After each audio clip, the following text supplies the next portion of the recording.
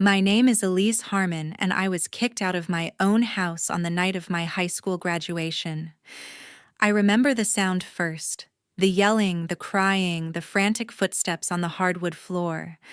I had just walked back in with my cap and gown still in my hand, still holding a little piece of pride that I had earned for myself. But the moment I crossed the threshold, it disappeared. My sister was sitting in the middle of the living room, clutching her chest like her heart was breaking apart. She was sobbing loudly enough for the neighbors to hear. My mother was beside her, holding her, whispering that everything would be all right as long as everyone stayed calm.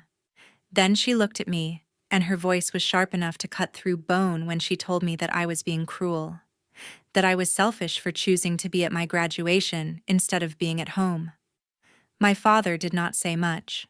He just stood near the doorway waiting for me to react, waiting for the scene to tilt in one direction or the other. I stepped back outside. The porch light cast a warm glow across the wooden boards, but all I felt was the cold. The house had never felt like mine, not really. It belonged to a family of 3 that had never truly included me. I saw it clearly in that moment with the door closed behind me and their voices muffled. This is the story of how I left quietly, and how everything they tried to protect eventually collapsed without me. If you want to hear exactly how it happened, stay with me. Do not skip. The truth comes next.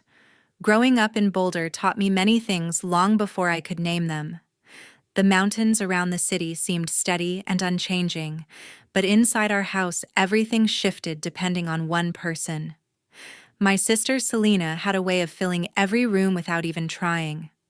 When she laughed, everyone listened. When she cried, the world stopped.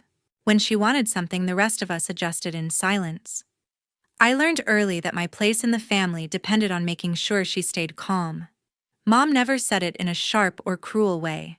It always came as a soft request, almost tender. If there were 2 cupcakes left, Mom would place the bigger one in front of Selena with a smile, and then look at me as if she expected me to understand. When we watched movies, the remote stayed in Selena's hand. If we were choosing clothes for school pictures, the nicer outfit always went to her first, even if it had been picked out for me. Mom would put her hand on my shoulder and whisper that keeping things peaceful was more important than little moments like these. She said I was strong enough to handle small disappointments. She said Selena was more sensitive. I heard the message behind it long before I understood how it shaped me. Dad rarely contradicted Mom. He believed quiet meant harmony, even if the quiet came from swallowing hurt. He would sit at the dinner table nodding along, never raising his voice, never disagreeing in front of us. He told me once that families survived by keeping the most emotional person stable. I think he meant it as wisdom. To me, it felt like a rule I had no choice but to follow. I learned to fold myself smaller in order to keep the house steady. I stopped asking for the last piece of anything. I stopped arguing when something felt unfair. I accepted hand-me-downs without question and let my preferences disappear before they had a chance to form. When I brought home art projects from school, they were placed on the fridge for a day or 2 until Selena had a performance, a competition, or even just a new hairstyle she wanted everyone to admire. Then my drawings quietly slipped into a drawer. Not thrown away, just removed. Out of sight, out of attention. The strange part was that none of it felt dramatic while it was happening. It felt ordinary. I grew used to being the quiet one, the reasonable one, the one who could understand. I thought this was what it meant to be part of a family. I believed that love required giving up space so someone else could breathe. There was only one person who saw something different. My Aunt Evelyn visited often when I was young. She never interfered, never challenged my parents, never spoke against the way the house operated. But she watched. When Selena ran the show, Aunt Evelyn noticed how I stepped back. When Mom handed out portions or decisions, she saw the pattern. Sometimes when we were alone in the kitchen, she would ask gentle questions like whether I liked the cupcake I did not choose, or if there was something else I would have preferred to do that weekend. I did not know how to answer her then. I only knew how to smile and say everything was fine. She did not push further, but her eyes always softened in a way that made me feel exposed. Looking back now, I realize she understood what I was learning to hide. The shape of my place in the family had already been formed long before graduation night. I had been trained to stand at the edge of every moment. I had been taught that the peace of the house depended on my silence. I carried that lesson for years before I ever thought to question it. 2 months before graduation, the air in our house changed in a way that felt subtle at first. I spent most evenings sitting at the small desk in my room shaping the words for my commencement speech. The ceremony committee had chosen me to speak something that should have filled the house with celebration, yet I prepared in quiet. I wanted the speech to carry the weight of what this milestone meant not only for me, but for the years of effort that had silently stacked behind it. I wrote, revised, and read aloud to an empty room, searching for a tone that felt both honest and steady. During that time, something in Selena began to falter. She had always moved through the world with confidence, yet her relationship ended unexpectedly, and the breakup struck her in a way that none of us anticipated. She came home late one afternoon, eyes red, voice trembling, saying that everything she believed about herself had collapsed. She said she felt unwanted, overlooked, and uncertain of her future. The intensity of her grief filled the house. Closing doors, silencing routines, reshaping priorities overnight. Mom responded immediately. She sat beside Selena hour after hour, offering tea blankets and murmured reassurances. She told her that heartbreak was an injury that required attention, that life had been unfair to her, that she deserved more gentleness. The house seemed to pivot around Selena again, not through deliberate favoritism, but through instinct. I recognized the familiar shift in gravity, the one that asked the rest of us to stay very still so nothing would break further. I did not resent her. I understood pain well enough to know it deserved space. Yet during those weeks, my speech drafts remained unmentioned at the dinner table, and no one asked how my preparations were unfolding. I continued to work quietly, though sometimes a tightness formed in my chest, a reminder of how easily my achievements slipped into the background when another need emerged. My friend Noah noticed the change before I said anything aloud. We met during free periods in the library where he helped me practice pacing and emphasis for the speech. He listened with patience that did not ask for anything in return. One afternoon, he looked at me for a long moment and asked if I felt seen at home. His question unsettled me because of how precise it was. I told him that families had patterns and mine had learned to bend toward the person who struggled most. He nodded, not offering solutions, just staying beside me without pressing for anything deeper. His presence created a space where I did not need to minimize myself. Around the same time, my Aunt Evelyn began visiting more frequently. She watched without judgment, noticing how I held myself still while the household revolved around Selena's hurt. One evening, while Selena rested upstairs and the house felt unusually quiet, Evelyn asked me what I truly wanted from the days ahead. I tried to respond with something practical or polite, but she shook her head gently and waited. The question was not about schedules or plans. It was about identity. The answer did not come immediately. I realized I had spent so many years adjusting to the emotional weather of the house that my own desires had become indistinct. I could articulate obligations and responsibilities, yet, when asked about what mattered to me alone, I hesitated. That silence revealed more than any confession. The weeks continued and I kept shaping my speech. Not out of duty, but as a way to trace the outline of a self I had not yet fully claimed. I wrote sentences that acknowledged struggle without naming its source. I practiced speaking in a voice that did not vanish when someone else needed the room. Those 2 months did not feel dramatic at the time. They felt like slow, steady shifts, like the quiet cracking of something long settled. I did not know yet what would happen on graduation night, but a part of me had already begun to move toward the possibility of choosing myself. 1 week before graduation, the tension in our house became impossible to ignore. The announcement came during a morning assembly at school. I had been selected to deliver the student speech at the ceremony. It was not a surprise to my teachers. They had seen me volunteer, stay late, take extra responsibilities, tutor others quietly. Yet when the principal said my name, I felt a tremor of disbelief inside me, as if I needed permission to feel proud of it. I stood there while students clapped, and I tried to imagine telling my family without dread rising like a shadow behind the thought. When I returned home that afternoon, Selena was in the kitchen scrolling through her phone. I set my bag down and told her about the announcement. She froze in place for a moment, her expression flickering before settling into something unreadable. She congratulated me, but there was no warmth in it. Later that evening, I overheard her telling someone on the phone that I was trying to steal the spotlight, that I had been waiting for this chance to make everything about me. Her voice trembled, and I recognized the tone she used when she wanted others to protect her from feelings she could not name. Mom came to speak with me after dinner. She sat on the edge of my bed and said that Selena was going through a very difficult time emotionally, that the world felt overwhelming for her, that my announcement might have felt like a reminder of everything she was struggling with. I listened in silence. Mom asked me if I would consider declining the speech just this once to keep the atmosphere of the house calm. She spoke gently, as if reason alone should be enough for me to understand. I realized that her request was not a suggestion. It was an expectation wrapped in concern. I told her no. The word felt heavy, not loud, not angry, but final in a way I had never allowed myself to be before. Mom stared at me as though I had said something obscene. She repeated her request slower, as if I had not understood. When I refused again, her expression darkened. She left my room without closing the door.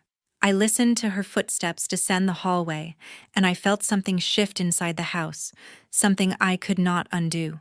Dad spoke to me later in the living room. He stood with his hands in his pockets, looking somewhere just past my shoulder. He said that sometimes sacrifices keep peace, that choosing family meant choosing harmony. His voice was calm, but his eyes avoided mine. I understood that he was not asking for my thoughts. He was asking for compliance. I told him I had already made my decision. There was a long silence between us before he nodded once and walked away. The house felt smaller after that. Meals were quiet. Selena avoided my gaze entirely. Mom spoke to me only when necessary. Dad acted as though everything was normal while refusing to acknowledge the shift that had taken place. I continued writing my speech late at night in my room, the only time I felt like I could breathe without someone watching for a reaction. I realized during those nights that I had never been allowed to exist without adjusting myself to fit the emotional shape of the household. This was the first time I had chosen not to shrink. The air felt thin, but it was mine. Graduation morning began with a stillness that did not last. I woke up early expecting the usual nervous excitement that most seniors feel when they are about to leave one part of life behind. Instead, there was a strange tension in the air, something heavy enough that even the sunlight felt muted. I sat at the edge of my bed and tried to steady myself, thinking about my speech, my classmates, and the moment I had imagined for so long. I had rehearsed every word, hoping it would be a bridge into the future I worked for. I did not know that everything would collapse before I reached that stage. I walked down the hallway and saw Selena sitting at the kitchen table with her head lowered into her hands. She was breathing unevenly, letting out soft whimpers and rubbing her temples as though she could barely hold herself together. Mom stood behind her, rubbing her shoulders with exaggerated care, whispering things about how delicate she was feeling. When I stepped closer, Selena lifted her eyes just enough to meet mine, and there was a quiet accusation already there. Something rehearsed, something purposeful. Mom turned toward me before I could speak and said that Selena had barely slept, that she was dizzy, that the stress of everything had overwhelmed her. She had already decided what my role would be without asking. When I mentioned graduation, Mom's expression changed, as though I had committed a selfish act by even remembering it. She told me that I would need to stay home to watch over Selena at least until she felt stable. She said that family should come first and that the ceremony could not matter more than the well-being of my sister. I felt something fracture inside me, something that had been held together far longer than I realized. For the first time, I said no. The word felt foreign in my mouth, but it came out steady. Mom stared in disbelief, and Selena inhaled sharply, drawing attention to herself again. Within minutes, she was crying loudly, clutching her chest, insisting she could not breathe unless I stayed near her. Mom immediately shifted from shock to anger. She accused me of being cold and ungrateful, of chasing recognition at the expense of compassion. I tried to explain that I had worked toward this day for years, but my voice disappeared under their noise. In the middle of this, my phone vibrated. Selena had posted on social media already. The caption claimed that I was abandoning her when she was at her weakest. The comments began appearing in real time, each one chipping at my composure. Friends from school began messaging me, asking what was happening, asking how I could leave my sister like that. I did not know how to respond because there was nothing I could say that people would believe over tears and dramatic suffering. Despite everything, I left the house.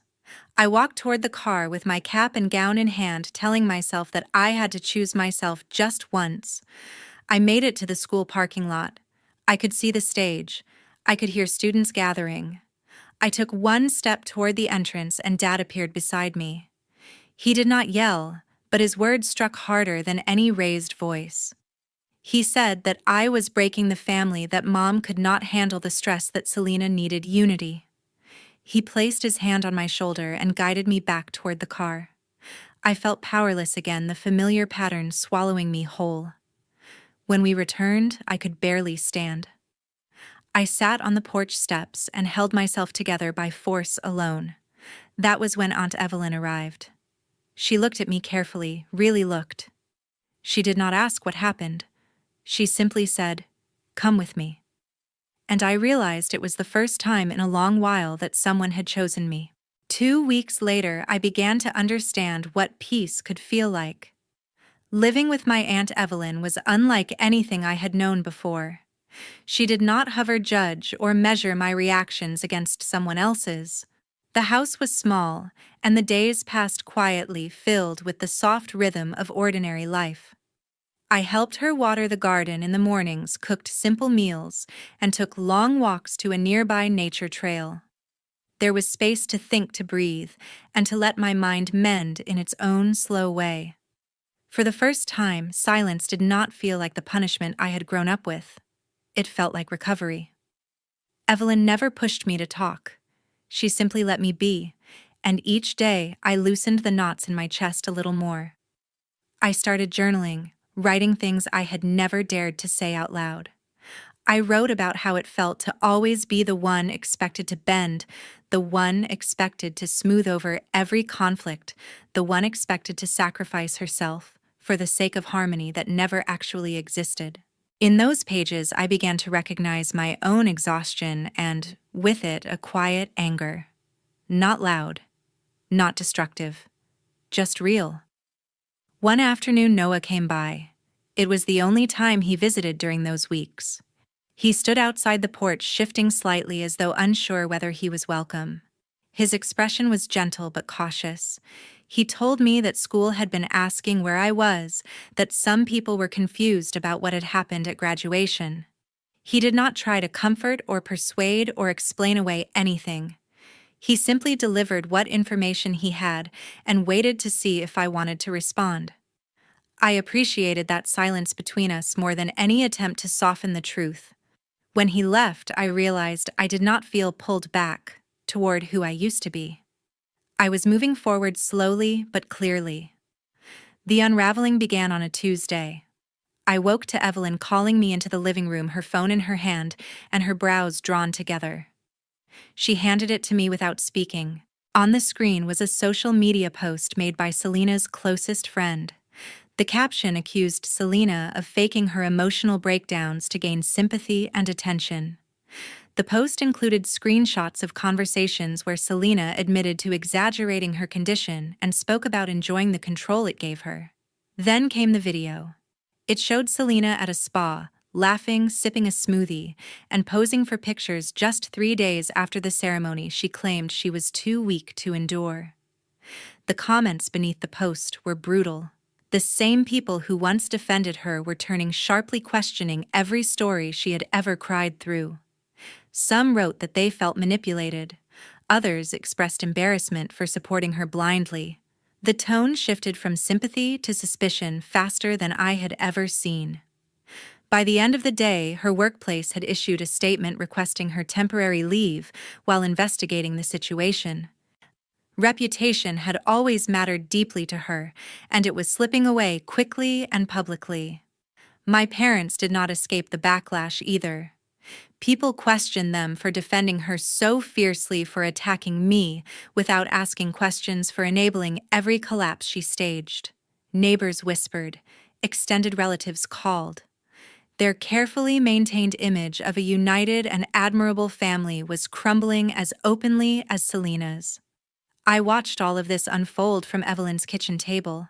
I did not feel triumph, nor relief, nor revenge. I simply felt distance. The world that once defined me was now happening without me, untangling itself into something I no longer needed to carry. And in that quiet, I realized that I had begun to build something that belonged only to me. 1 month had passed, and the distance between me and the house I grew up in felt like an entirely different lifetime.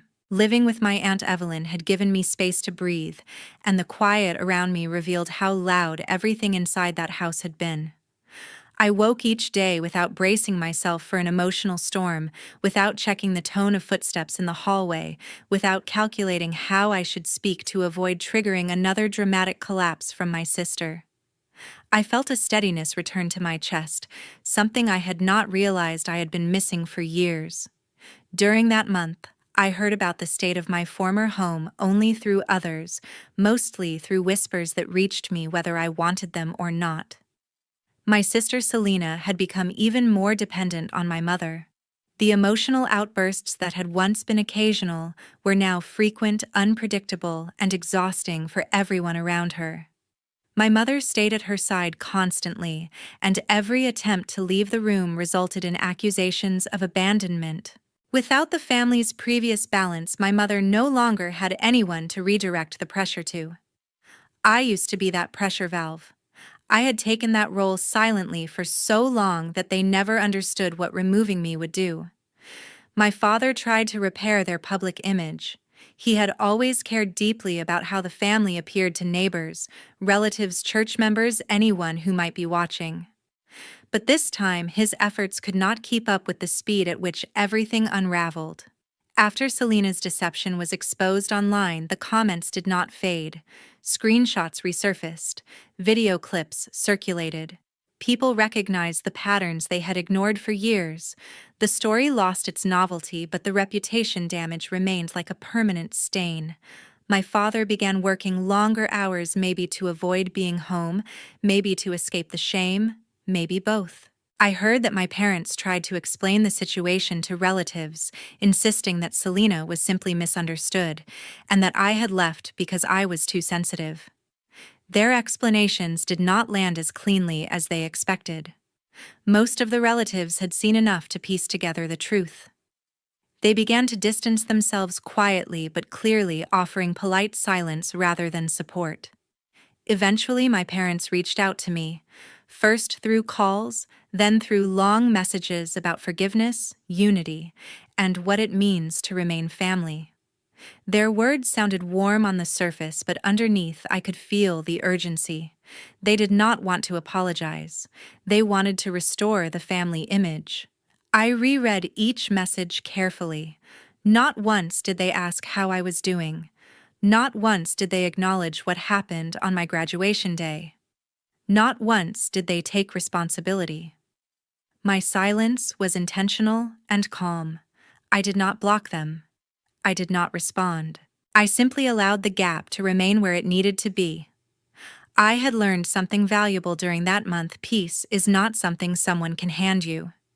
It is something you choose and maintain. Evelyn never interfered. She did not tell me to forgive them, nor to cut them off completely. She simply supported my growth. She asked about my goals. She encouraged my independence. She gave me a space where I was not the second priority. By the end of that month, I realized I had stepped out of a life where love was conditional and into one where I could define my own worth. I no longer felt the need to explain myself, or justify my choices. My life was mine now, and I planned to keep it that way. I began to understand stability not as something dramatic or overwhelming, but as something quietly built day by day. Living with my Aunt Evelyn gave me a rhythm that felt steady and human. I woke each morning without tension waiting behind my ribs. I worked part-time at a small community center, and I cooked dinner with Evelyn in the evenings while we talked about books or travel, or nothing particularly important. That ordinary consistency became something precious. I rented a small studio of my own after several months. It was modest, but the space felt deeply mine. I furnished it slowly with things that reflected my own taste instead of what others believed I should like. A simple desk near the window, a soft rug, a plant that I watered every morning. Every choice was my own, and that made even the smallest detail feel meaningful. I kept my phone notifications muted. Messages from Mom came occasionally, usually carefully worded, pretending as if everything had simply drifted apart on its own. They spoke of holidays, family gatherings, old memories, but none of the messages expressed understanding, apology, or growth. I recognized that they were reaching out to restore the image of a complete family, not to repair the damage or acknowledge the harm. I read the messages and set the phone aside without replying. My silence was not coldness, it was clarity. I had spent years believing that if I just proved my value hard enough, they would finally recognize it. I no longer felt the need to be seen by people who had chosen not to see me. Selena did not reach out directly. I heard through others that her emotional storms had not quieted, and Mom continued to bend her entire world around supporting those outbursts. Dad tried to hold their public life together, but carried exhaustion heavily. I felt no satisfaction in this knowledge. There was no victory in watching others struggle. There was simply separation. I walked forward while they remained where they had always been. My life moved at a different pace now. I was building something slow, genuine, and free. I did not return to the old house, and I no longer imagined a future where I needed their approval. My peace was quiet, but it was mine. Sometimes the people who shape us the most are the ones we must eventually walk away from. Love cannot survive in environments where our worth is constantly questioned or traded against someone else's needs. Healing begins when we choose ourselves without apology, when we recognize that loyalty does not require self-erasure. A healthy family does not demand silence, sacrifice, or invisibility. We deserve relationships where our presence is valued, not negotiated. Thank you for listening to my story until the end. I shared it because I know many people carry quiet wounds from the place they were told was home. If any part of this resonated with you, I would truly appreciate hearing your thoughts or experiences. Your voice matters here. Feel free to share in the comments and take care of the peace you are building for yourself.